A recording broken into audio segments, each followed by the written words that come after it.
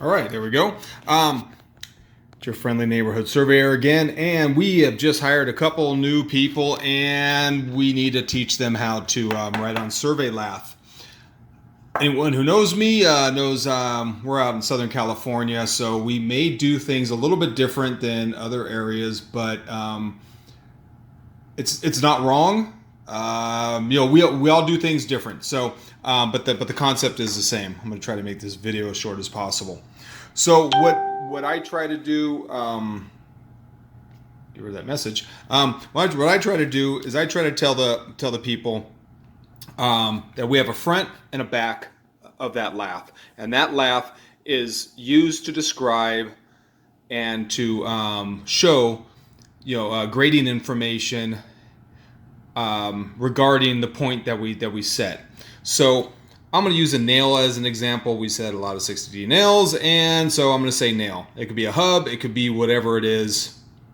This example, we're using a nail. So everything on the front, I tell the people, is from the nail.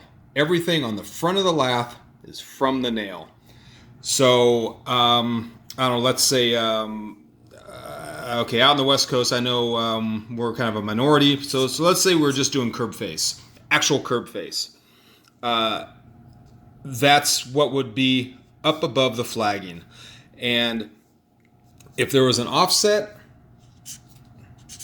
3-foot offset curb face, that's what's on the front. So everything from the nail, 3-foot offset curb face is from that nail, and we put our lath facing that nail. And that nail would then be, 3 feet out this way for curb face. Another thing from the nail is whatever the grading information is. So for this example, you're either going to have a cut or a fill, or it's going to be grade. And let's say it's all the TC, top of curb. We're going to have, so a cut of, let's say a cut of 5/10 or a fill of 5/10, or it's grade, all to TC. With the numbers, I know some people will put a dash for like a minus if it's a cut. Some people put a plus in front of the F if it's a fill. I've always put a dash, cut or fill, I don't know, just to separate it. I know people that don't put anything in between. To me, it doesn't matter as long as the information gets put down correctly.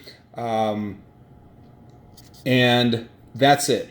That's all we put on the front. This is a different example than like a slope stake and stuff where you have all this information. I'm just trying to keep it simple. So everything from the nail is on the front. On the back. And I just try to make these drawings big. I'm not going to waste a bunch of lath on this stuff. On the back, we normally put our elevation up above the flagging, and we usually put it to the tens of feet. So let's say it was 8034.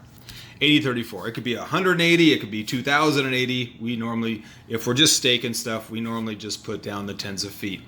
If we needed a hard elevation, let's say it was a control point, this example has nothing to do with control points. Yeah, we put out the entire elevation. But the back of the lath, we try to just put down the description and that the descriptive information about that point. So nothing's from the point other than elevation, but kind of like just the descriptive info. So we start off with the elevation.